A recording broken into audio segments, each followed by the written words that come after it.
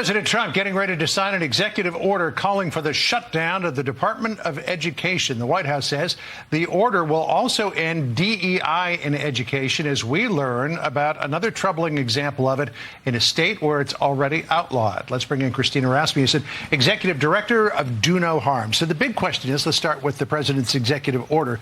Do we need the Department of Education? When it was created in the Carter administration back in 1979, its mission was to establish policy for, administer, and coordinate most federal assistance to education, collect data on U.S. schools, and to enforce federal education laws regarding privacy and civil rights. Supporters of eliminating the department say that the federal assistance could flow through the Treasury Department, enforcing privacy and civil rights could fall to the DOJ, HHS could collect data on schools. I mean, it used to be health, education, and welfare before the Department of Education was created. What do you think? We do not need a federal Department of Education. We know what we're doing right now is not working. Our kids are not achieving at the level we know they can. And so if the federal government is spending all this money through the Department of Education, let's send that money back to the states, back to the classroom. And I think President Trump is starting a long process that's going to take a lot of steps, but it's a good thing to get going. So when we take a look at the temperature of the nation when it comes to education, a new Gallup poll shows only 24% of people in the overall were satisfied. 73% were dissatisfied.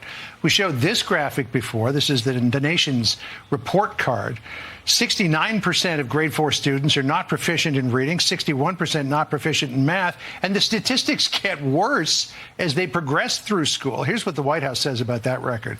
This is Harrison Fields, the principal deputy press secretary. NAEP scores reveal a national crisis. Our children are falling behind. Over the past 4 years, Democrats have allowed millions of illegal minors into the country, straining school resources and diverting focus from American students. Coupled with the rise of anti-American CRT and DEI indoctrination, this is harming our most vulnerable. But that's really just piling on top of everything else that's been a problem. It is a challenge, certainly, and it's a big challenge. We're talking about our kids here and what they're learning and what they can achieve with their life. I give the president a lot of credit for saying, look, what we're doing right now is not working. Let's try something new. We're going to make sure that important tasks that are completed by the department are given perhaps to other agencies that can better carry them out and make sure that justice is served and student loan grants are made appropriately.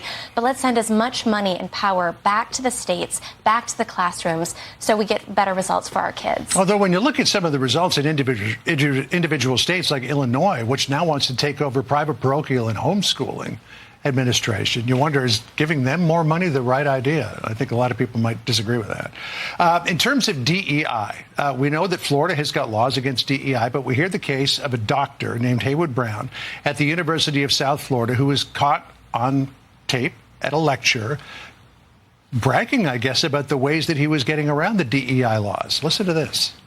Stephen Miller has already tried to attack the University of South Florida. He's also claims to be Jewish, but we'll see. Accusing us of having admitting people to the medical school who are not qualified.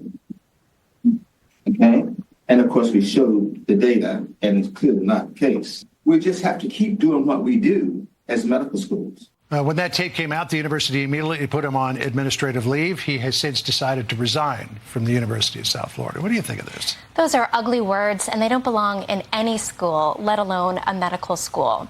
And Florida was an early adopter in saying enough with the DEI, but I think it's a good lesson that you can't just say quit it. You have to have oversight to make sure that it's properly implemented. We know that DEI is everywhere in medicine. It's in the medical schools, it's in research, it's in clinical practice, and it's dangerous because it de-emphasizes merit and it pushes really ugly identity politics into the doctor-patient relationship, which is supposed to be based on trust. And when you hear clips like that one, people start to wonder, can I trust my doctor? Can I trust my hospital? Yeah. And we don't want to go there. Well, the oversight in this particular case was that this was an open lecture that went out on Zoom, and somebody pushed record, and there's the evidence. Kristina, good to see you. Thanks for coming in. Thanks for having me. Appreciate it. Sandra?